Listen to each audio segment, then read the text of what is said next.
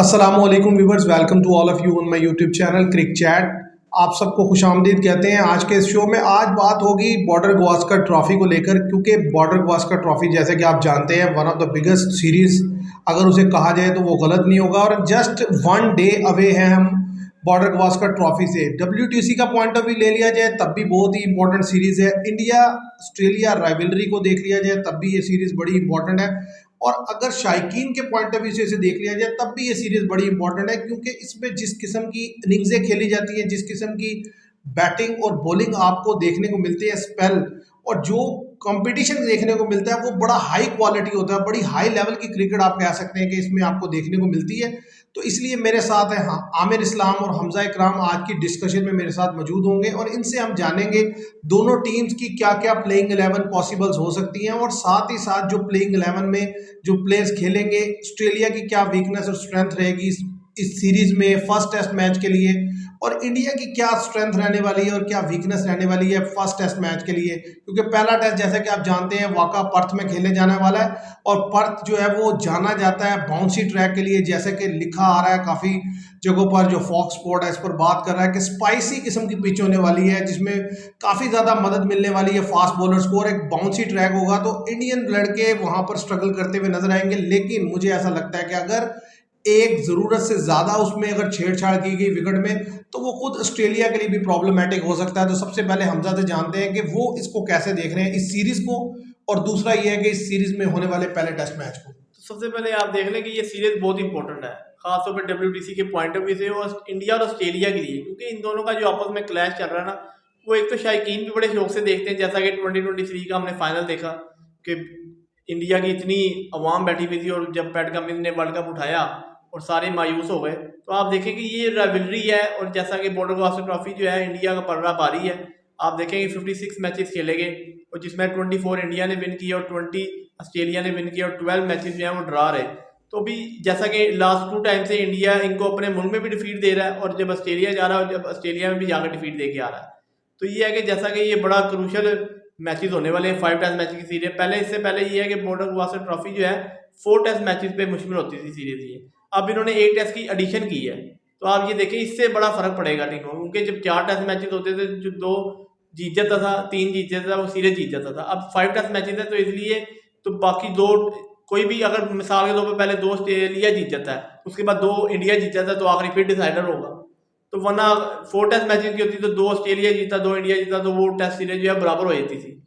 तो हमने ये देखा है बराबर अभी तक हुई तो नहीं, जैसा कि इंडिया ने लास्ट टाइम 3-1 से डिफीट दी थी ऑस्ट्रेलिया को, 1 टेस्ट ड्रॉ हुआ था। तो ये है कि जैसा कि बड़ी क्रूशल सीरीज होने वाली है, मैं ये कहूँगा कि ऑस्ट्रेलिया को भी इसको ईजी नहीं लेना चाहिए। अच्छा, आप इसको कैसे देखते हैं सीरीज को? क्योंकि ज़ाहिर है जिस तरीके की हाई प्रोफाइल ये सीरीज है और जिस तरीके का स्टेक लगा हुआ है इस टाइम दोनों टीम्स का, इंडिया का ऑस्ट्रेलिया का, क्योंकि देखिए इस सीरीज पे डिसाइड करेगी ये सीरीज के कौन सी टीम जो है वो WTC फाइनल खेलने के लिए जा रही है। क्योंकि आज जिस सिनेरियो में हम बैठे हैं इसमें आगे सीरीज जो आ रही है उनमें साउथ अफ्रीका श्रीलंका की सीरीज उसके स्काउट अनाउंस हो गए हैं, न्यूजीलैंड इंग्लैंड का हो गया है। उन सीरीज के रिजल्ट जो हैं उनके ऊपर भी डिपेंड करेंगी चीजें, लेकिन ये सीरीज डिसाइड कर देगी कम से कम एक फाइनलिस्ट तो डिसाइड हो जाएगा इस सीरीज से जो जीतेगा। आप इस सीरीज को कैसे देखते हैं? अच्छा, अगर मेरे लिहाज से देखा जाए तो मैं तो इसलिए भी एक्साइटेड हूँ क्योंकि एशियस के बाद अगर कोई सीरीज़ गिनी जाती है ना टेस्ट की, तो वो बॉर्डर गवास्कर ट्रॉफी है, और ख़ास तौर पे जब वो ऑस्ट्रेलिया में हो रही होती है।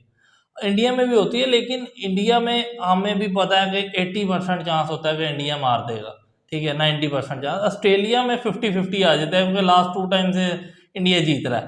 तो मेरे ख्याल से तो इस time Indian public Australian public इस टाइम उनकी नज़रें सिर्फ BGT पे है। वो सिर्फ देख रहे हैं कि इस टाइम कौन जीतता है और कौन फाइनल के लिए क्वालिफाई करता है, क्योंकि जो सीरीज जीतेगा ज़्यादा चांस है वो फाइनल के लिए क्वालिफाई करेगा।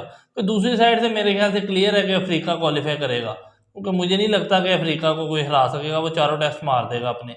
तो इधर से बहुत ज़्यादा चांस है कि WTC के फाइनल के लिए दोनों टीमें जान लड़ाएंगी। और दूसरी चीज़ ये है कि इस टाइम जितना क्रिटिसिज्म इंडिया पे हो चुका है पिछली 2 सीरीजों में, लंका से वनडे हारने के बाद, न्यूजीलैंड से अपने मुल्क में टेस्ट हारने के बाद, तो इंडिया भी पूरी प्रिपरेशन के साथ आएगा। मेरे ख्याल से इंडिया भी बेहतर परफॉर्म करेगा। और विकेट की जहाँ तक बात है, विकेट को एक हद तक फास्ट के लिए दिया जाएगा। उसकी वजह मैं आपको बता देता हूँ क्योंकि इंडियन टीम की जो बैटिंग लाइनअप है वो आपको भी पता है, उसमें 2 से 3 प्लेयर ऐसे खेलेंगे जो कि 2 से 3 या 4 प्लेयर आप कह लें ऐसे खेलेंगे जो पहली दफ़ा टूर कर रहे हैं।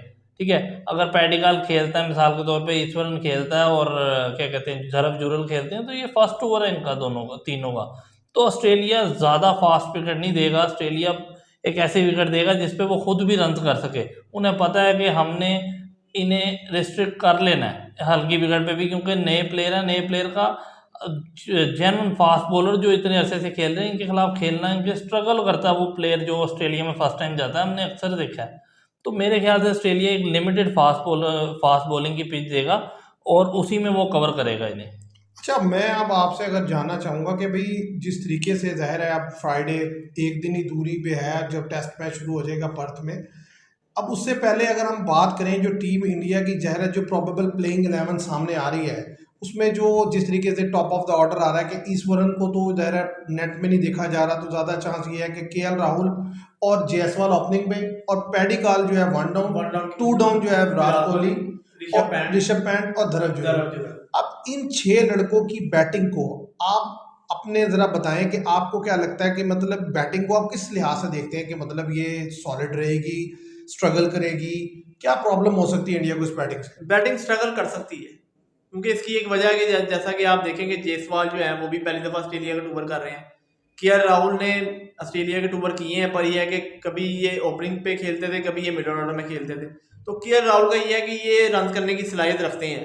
जायसवाल का ये है कि वो पहला टेस्ट मैच ऑस्ट्रेलिया में खेल रहे हैं, अगर तो रन करते हैं तो बड़ा एक्सीलेंट होगा, नहीं करते तो ये है कि फिर वो सीखेंगे अगले टेस्ट में। उनके 5 टेस्ट उनको खेलने तो पड़ेंगे, क्योंकि और कोई ओपनिंग प्लेयर है नहीं। तो ये है कि वो कोशिश तो करेंगे कि खेलने की, जैसा कि उनके उनमें टैलेंट नज़र आता है। मेरा ये कहना है कि वो रन करेंगे। और जैसा कि आपने बात की धरम जुरल की, तो वो स्ट्रगल कर सकते हैं, पर यह है कि जैसा कि उन्होंने इंडिया साइड मैच में जैसा कि उन्होंने बेहतरीन इनिंग्स खेली, एक में 80 किया एक इनिंग्स में और एक में 68 रन बनाया, और जैसा कि कॉन्फिडेंट लग रहे हैं। जैसा कि आपको पता होगा जब ये इंडिया में इन्होंने डेब्यू किया था इंग्लैंड के खिलाफ, जब भी इन्होंने अच्छी स्पिन ट्रैक पे बड़ी अच्छी इनिंग्सें खेली थी। तो ये है कि ये भी मेहनत तो करते हुए नजर आते हैं लड़के। अगर इन्होंने रन कर लिया तो ये इनके लिए गुड साइन होगा, फिर ये इंडिया की टीम में हमेशा के लिए रहेंगे। और विराट कोहली तो है ही, पर ये है कि आउट ऑफ फॉर्म है। मुझे उम्मीद है कि विराट कोहली इस सीजन में रन करेंगे। अच्छा, आप किस तरीके से देखते हैं कि जो इंडिया की बैटिंग लाइन है उसमें जो ज़ाहिर है जायसवाल फर्स्ट ओवर कर रहे हैं, पैडिकाल खेलेंगे वो भी, इसी तरीके से धरम जुरल भी ऐसे ही है, और केएल राहुल और विराट कोहली और ऋषभ पंत, ये 3 ही ऐसे प्लेयर हैं जो एक्सपीरियंस प्लेयर हैं। अब इनमें से अगर 3 में से देखा जाए जो 2 हैं वो तो आउट ऑफ फॉर्म है, केएल राहुल भी और विराट कोहली भी, एक ऋषभ पंत ही हैं जो इनफॉर्म प्लेयर है। तो इस सारे सिनेरियो में पिच की कंडीशन को देखते हुए इंडिया की बैटिंग लाइन को कैसे देखते हैं आप? अच्छा, अगर इंडिया की बैटिंग लाइनअप की बात की जाए तो मैं आपको जेन्युइन बताऊं तो मुझे उनके टॉप ऑर्डर से कोई उम्मीद नहीं है। ठीक है, देखें अगर केएल राहुल खेलते हैं टॉप ऑर्डर पर और जायसवाल खेलते हैं तो मुझे कोई उम्मीद नहीं है कि वो कोई बड़ी इनिंग्स या बड़ी पार्टनरशिप दे के जाएंगे टीम को। मुझे उम्मीद सिर्फ 2 प्लेयरों से है, एक ऋषभ पंत और एक विराट कोहली। विराट कोहली का बहुत पुअर फॉर्म चल रही है, लेकिन जो उसका स्टैट्स है ना ऑस्ट्रेलिया के खिलाफ, वो तबाही के स्टैट्स हैं उसके ऑस्ट्रेलिया के खिलाफ। वो ऑस्ट्रेलिया को बहुत बुरी तरह मारता है, टेस्ट में भी और वनडे में भी। 80 की उसकी एवरेज है टेस्ट में ऑस्ट्रेलिया के खिलाफ। ठीक है, तो वो मुझे इस लिहाज से लगता है कि वो परफॉर्म करेगा। और दूसरे ऋषभ पंत तो एक्सीलेंट है, वो परफॉर्म कर ही रहे हैं रेगुलर, तो मुझे लगता है कि ये 2 प्लेयरों पे होगा। तीसरे कहीं ना कहीं अगर कोई परफॉर्म करेंगे तो वो लोअर मिडिल ऑर्डर से धरम जुरल होंगे, अगर वो तो नीचे से। अच्छा, अगर इंडिया की मैं बैटिंग देखूं जिस तरीके से हमें ने पॉइंट आउट किया कि देखिए बहुत ज़्यादा डिपेंड करने वाला है विराट कोहली पे सारी सिचुएशन, क्योंकि स्पेशली जब से रोहित शर्मा जो है इस टेस्ट से आउट हुए हैं और शुभमन गिल के आउट होने से जो बहुत ज़्यादा जो यानी कि डिपेंड करेगा इंडियन का बैटिंग ऑर्डर जो है ना, वो सारा दबाव जो है विराट कोहली पे आ गया। वो ज़ाहिर है विराट कोहली पे आ गया। विराट कोहली जो है वो पहले भी उनके की प्लेयर थे, अब इस सिनेरियो में और ज़्यादा इंपॉर्टेंट हो गए हैं। अब इस सारी चीज़ों को देखते हुए मुझे भी ये लगता है कि इंडिया को जो सबसे ज़्यादा स्ट्रगल करने वाला है ना इंडिया, तो वो फर्स्ट 3 प्लेयर हैं। देखिए Jaiswal new, KL Rahul out of form, और 1 डाउन आप देवदत्त पैडिकाल को अगर खिलाते हैं तो ये, और ऊपर से पर्थ का टेस्ट और वो भी बाउंसी ट्रैक और जिसपे ग्रास भी है, तो ये यहाँ पर ये एरिया जो है ना इसको ऑस्ट्रेलिया एक्सप्लॉइट करेगा, मुझे लगता है एक्सप्लॉइट करेगा। वीक भी है ये देखा जाए तो, उनके जायसवाल आपको पता है कि जैसा कि वो जो है वो तेज खेलने की कोशिश करते हैं, पर मेरा ये कहना है कि इस विकेट पे जो भी ओपनिंग करे वो ज़्यादातर बॉलें लेफ्ट करे और मेरिट पे खेले बॉल। कोई ये ना चले कि बार बॉल जा रही है तो उसको बल्ला लगा दिया, एक दो चौके तो लग जाएंगे पर आप विकेट उसी टाइम जो थ्रो कर देंगे, उससे टीम को नुकसान हो जाएगा। अच्छा, अब मैं आपसे अगर पूछूं, अब इंडिया की बॉलिंग को अगर आप कैसे देखते हैं कि इंडिया की बॉलिंग स्ट्रेंथ कैसी रहेगी? यानी कि जो इंडिया बॉलिंग 4 पेसर से जाएगा, 3 स्पिनर, एक मीडियम पेसर ऑलराउंडर और एक स्पिनर से जाएगा, आपको क्या लगता है? 3 पेसर होंगे रियल और चौथा नीतीश रेड्डी होंगे। उनके जैसा कि उनके बारे में मोनी मोरकल ने भी कहा कि वो प्रैक्टिस भी कर रहे हैं और हम चांस देना चाहते हैं उनको, उनके यंगस्टर हैं एक तो, और जैसा कि ऐसी विकेटों पे जो है एक सीमर ऑलराउंडर की ज़रूरत लाजमी होती है, तो ये उसको प्रेफर करेंगे ज़्यादा। जहाँ से ये प्लेइंग 11 का पर्थ में जो है ना ये डेब्यू करेंगे नीतीश रेड्डी, और जसप्रीत बुमराह होंगे, आकाशदीप होंगे, मोहम्मद सिराज होंगे और रविंद्र जडेजा होंगे। तो ये 5 बॉलर होंगे। अच्छा, आप इंडिया की बॉलिंग को कैसे देखते हैं कि, और आपको क्या लगता है कि मतलब क्या बॉलिंग क्या होने वाली है इंडिया की, जिस तरीके से 3 फास्ट, एक सीमर ऑलराउंडर नीतीश रेड्डी और एक जो है वो जडेजा या रविचंद्रन अश्विन? अच्छा, इसमें भी मैं आपको बता दूं कि जिस तरह आपने बताया कि जायसवाल, पेडिकाल, धर्म जुरल, ये 3 तो ऑस्ट्रेलिया में ऑलरेडी डेब्यू कर रहे हैं। आप नीतीश रेड्डी को भी डेब्यू कराएंगे ऑस्ट्रेलिया में? 4 प्लेयर डेब्यूटेंट आप पहले टेस्ट में और इतनी मुश्किल सीरीज में, मेरा नहीं ख्याल नीतीश रेड्डी डेब्यू करेंगे। अगर टॉप ऑर्डर में तीनों खेलते हैं दोनों और तीसरा नीचे धर्म जुरल खेलता है, तो मेरे ख्याल से 4 फास्ट और एक जडेजा, बाकी 7 प्लेयर जो हैं। लेकिन जो 4th सीमर है उसी का तो प्रॉब्लम है। डेब्यूटेंट ही होना है वो परसेंट क्रिशरा को खिला ले नहीं, तो भी वो आप देखेंगे खिला ले तो वो भी डेब्यूटेंट। क्या कहते हैं 3 फास्ट तो खेल रहे हैं इनके ना, तीनों जो आप कह लेंगे आकाशदीप, जसप्रीत बुमराह और मोहम्मद सिराज। एक फास्ट को ये डेब्यू कराएंगे, ऑलराउंडर को डेब्यू मुझे समझ नहीं आ रहा अभी भी कि मतलब ऊपर से बैटिंग में जो मसला आएगा इन्हें उस चीज़ में। असल में जो मुझे समझ आ रही है ना वो ये है कि इंडिया ज़ाहिर है क्योंकि ऊपर से बैटिंग लूज है, ठीक है, 2 मेन प्लेयर टीम में शामिल नहीं है, बैटिंग डेप्थ लंबी करना चाहेगा, तो वो इससे इंडिया चाहेगा कि उसकी बैटिंग डेप्थ भी थोड़ी रहे। नीतीश रेड्डी से ज़ाहिर है कहीं ना कहीं एडवांटेज ये रहेगा कि भाई देखिए वो है तो बैट्समैन ना, और ज़ाहिर है नंबर 7 पे वो आते हैं, नंबर 8 पे जडेजा आते हैं, तो इंडिया की बैटिंग डेप्थ बढ़ती है।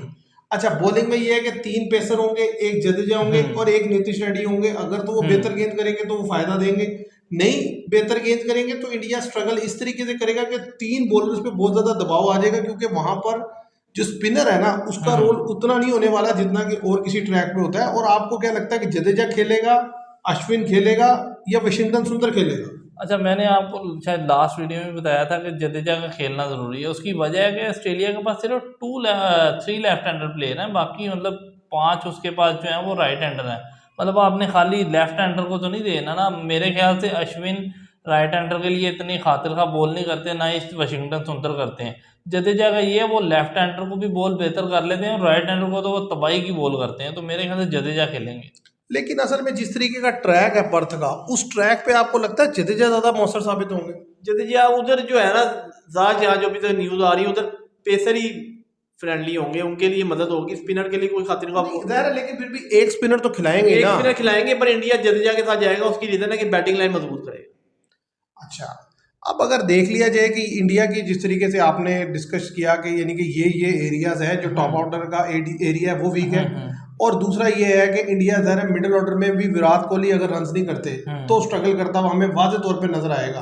क्योंकि देखिए ऋषभ पंत एक अकेले ऐसे प्लेयर है जो इन फॉर्म है, लेकिन वो 3-4 आउट होने के बाद आते हैं, ऐसा ही है। तो इसलिए फिर बहुत ज्यादा दबाव उन पे बढ़ जाएगा। अगर 70-80 पे 100 पे 3 या 4 विकेट गिरती है तो विराट, तो फिर ऋषभ पंत आकर क्या अपनी गेम खेलेंगे? असल यही इशू आएगा ना। आप देखेंगे अगर 50, 60, 70 पे 4 विकेटें गिर जाती हैं तो सारा दबाव ऋषभ पंत पे आ जाता है। उनकी गेम जो है ना वो गेम नहीं है जो वो गेम उन्हें खेलनी पड़ेगी, फिर आगे के विकेट पे रोकें, स्टे करें, फिर उसके बाद शॉट्स खेलें। वो तो आते साथ खेलते हैं शॉट, इसलिए ऊपर से रन करना लाजमी है प्लेयर के लिए। और मैं ये आपको कह दूं कि ये जो पर्स की विकेट है ना, इस पे आते साथ आपको हिट करेंगे तो आप आउट हो जाएंगे, 90% चांस है आप आउट हो जाएंगे। क्योंकि ऋषभ पंत ठीक है वो हिट करते हैं, पर मेरा ये कहना है कि स्पिनर के खिलाफ वो ज़्यादा हिट करते हैं। फास्ट के दौरान जब भी वो ज़्यादा खेलने की कोशिश करते हैं तो आउट हो जाते हैं। क्योंकि जैसे कि वो कट खेलते हैं, रिवर्स स्वीप खेलते हैं, तो उधर आउट होने के 90% ज़्यादा आउट हो जाएंगे, क्योंकि बाउंस होगा विकेट से, तो कोई ना कोई बॉल ऐसी उड़ जाएगी कि जो ऋषभ पंत को आउट हो जाएंगे। देखिए वो आपकी बात ठीक है, लेकिन असल चीज क्या है कि एक लड़के की अपनी एक स्ट्रेंथ भी तो होती है ना, अपने एक स्टाइल भी तो है खेलने का। वो तो ऐसे ही खेलेंगे, पर ये है कि जैसा कि इस विकेट पे थोड़ा बॉलर को रिस्पेक्ट भी देनी पड़ेगी। नहीं वो देनी पड़ेगी, लेकिन एक आधे प्लेयर को तो आपको अलाउ करना पड़ेगा ना ऐसे कि ही वो है अपने स्टाइल से जाहिर खेले। है। अब देखें वो एक ही आपको पता ऋषभ पंत अलाउ होगा, उसे उसके अपने स्टाइल से खेलना है। और दूसरी चीज़ मैं आपको बताऊं, पर्थ की जो चीज़ मैंने देखी है, इतने अरसे में टेस्ट देखे हैं, तो उसका ये इशू है कि पर्थ की पहला सेशन आपने गुजारना है, चाहे आप गेंदे खा के गुजारें, चाहे आपने मतलब शॉट खेलनी है, शॉट खेलने में आपकी विकेट जाएगी जाएगी। पर्थ में आपने पहला सेशन स्टे कर लिया, अब 4-60 रन पे, तो सेकंड सेशन में आप रन कर सकते हैं। थर्ड सेशन में फिर मसला होगा, क्योंकि शाम हो जाती है, हाँ जी, लाइट्स फर्स्ट तो में सुबह होती है, अर्ली मॉर्निंग होता है वो, ये दोनों सेशन में मसला आता है। दरमियान के सेशन में आप इजी रन कर सकते हैं, वहां पे अगर खेलने वाला प्लेयर होगा तो दरमियान के सेशन में रन करेगा।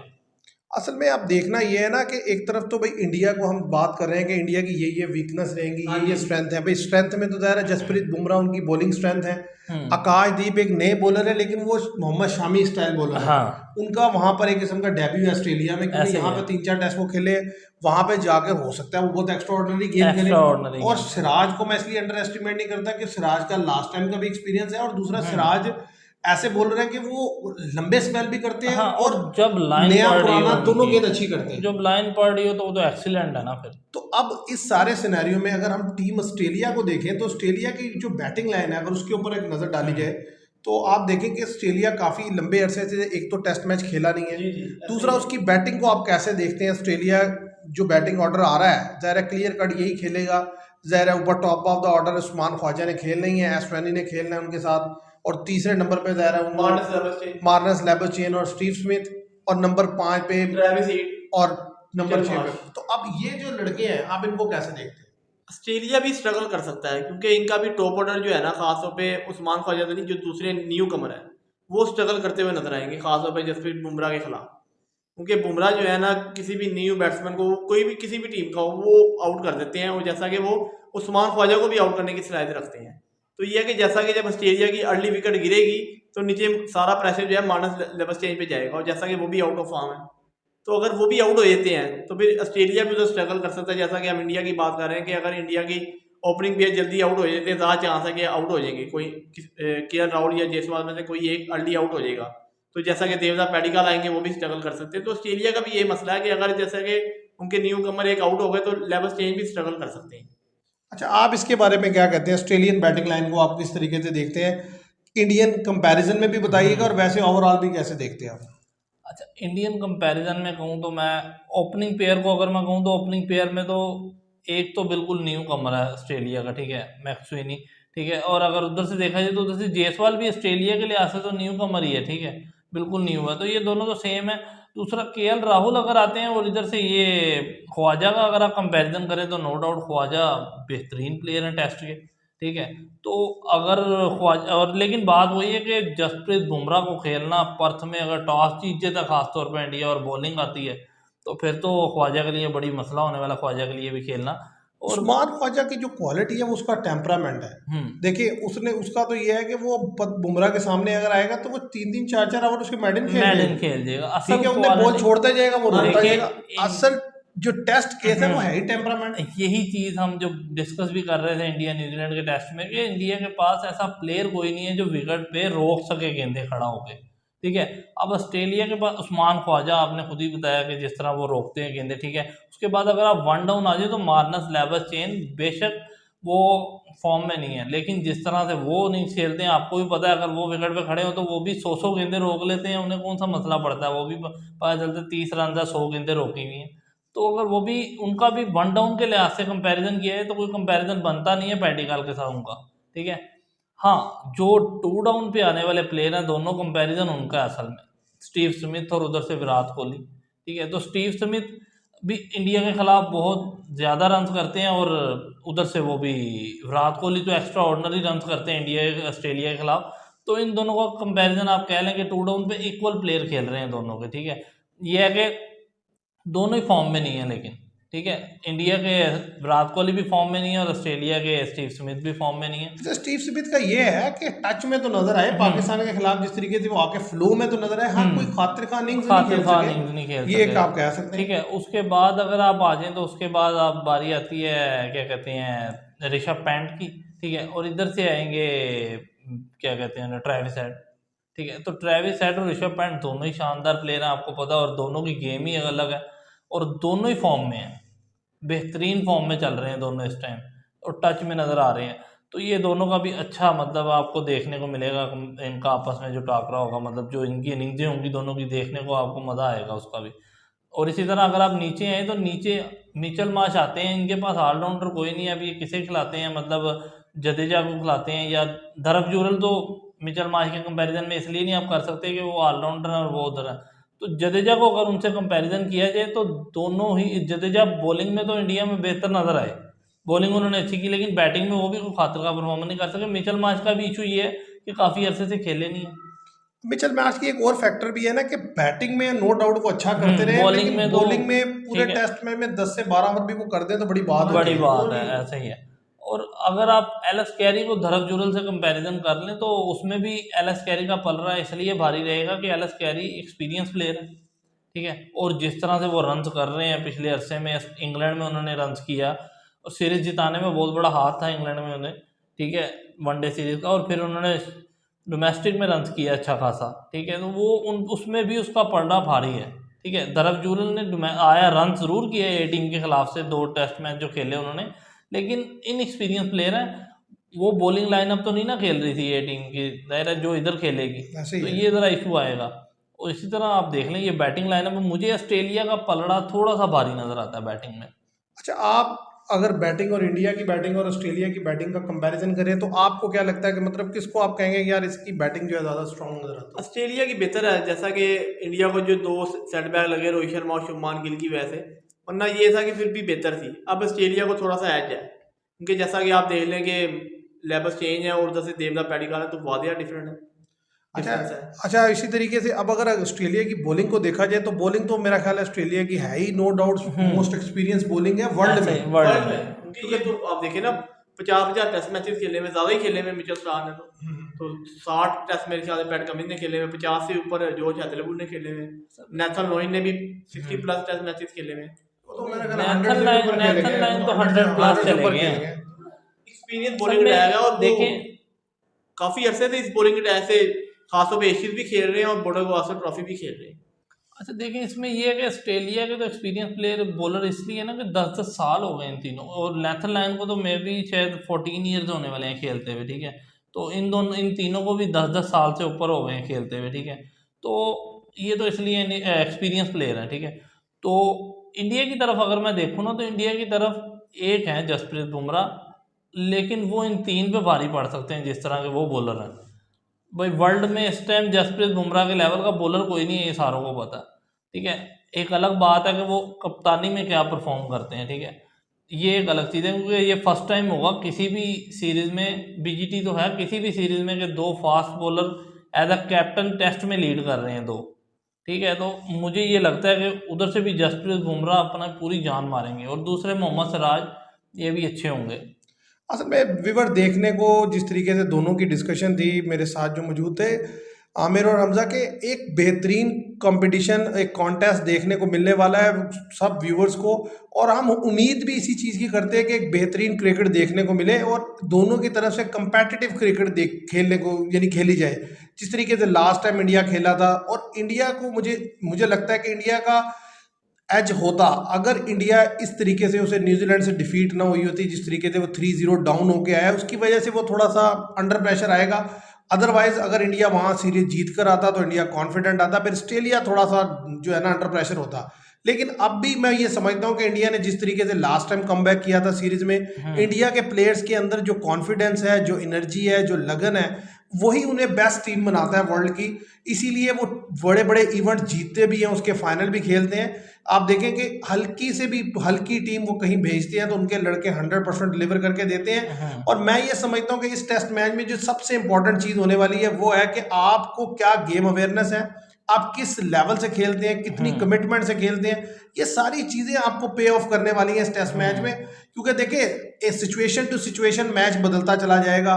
कभी ऐसा होगा कि आपको रोकना पड़ेगा, कभी ऐसा होगा कि आपको तेज खेलना पड़ेगा, कभी विकेट की पार्टनरशिप लंबी जा रही होगी, उसे रोकना पड़ेगा, कभी बॉलिंग चेंजेस करनी पड़ेगी।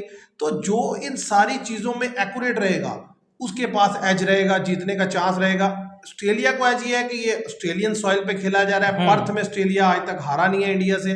तो इन सारी चीजों को देखते हुए मैं आमिर से और हमजा से आखिर में ये पूछ लूं कि इनको क्या लगता है कि किसका पलड़ा इस टेस्ट मैच में भारी रहने वाला है?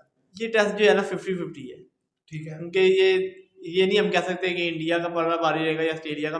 मेरा ये है 50-50 टेस्ट मैच। अच्छा, आप इसको कैसे देखते हैं कि इस टेस्ट मैच को, कि मतलब किसको आप कहेंगे कि स्लाइट एज है या वाज़े डिफरेंस, वाज़े एज है, किसको, इंडिया को है या फिर उसे ऑस्ट्रेलिया को है, या आपको लगता है कि एक इवन बैलेंस मैच होने वाला है? नहीं, ये इवन बैलेंस मैच मुझे नहीं लगता। मुझे लगता है कि ऑस्ट्रेलिया से स्ट्रेट फॉरवर्ड मैच मार देगा ये।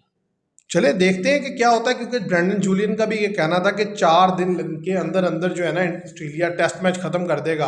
अब देखना यह है कि क्या ऑस्ट्रेलिया 4 दिन में टेस्ट मैच खत्म करता है या इंडिया 4 दिन में टेस्ट मैच खत्म कर देता है। क्योंकि देखें आज जो टीम्स की कंडीशन चल रही है ना वर्ल्ड में, उसमें प्रेडिक्टेबिलिटी बहुत कम होती चली जा रही है कि आप प्रेडिक्ट नहीं कर सकते कि क्या होगा। ऐसा ही है, क्योंकि एक तो ये है कि रेजिस्टेंस कम हो गई है, वो क्लास नहीं देखने को, प्रेशर को एब्जॉर्ब करना नहीं रहा, जिसकी वजह से जब एक टीम अंडर प्रेशर आती है ना तो वो बिल्कुल हथियार डाल देती है और वो लूज कर जाती है। अब देखते हैं व्यूअर्स क्या बनता है इस टेस्ट मैच में। उम्मीद करते हैं एक जबरदस्त कॉन्टेस्ट देखने को मिलेगा। और आपको ये वीडियो पसंद है तो इसे लाइक कीजिएगा, शेयर कीजिएगा और कमेंट कीजिएगा। जरूर बताइएगा कि आप इसके बारे में क्या सोचते हैं, आपकी क्या ओपिनियन है। Thank you very much.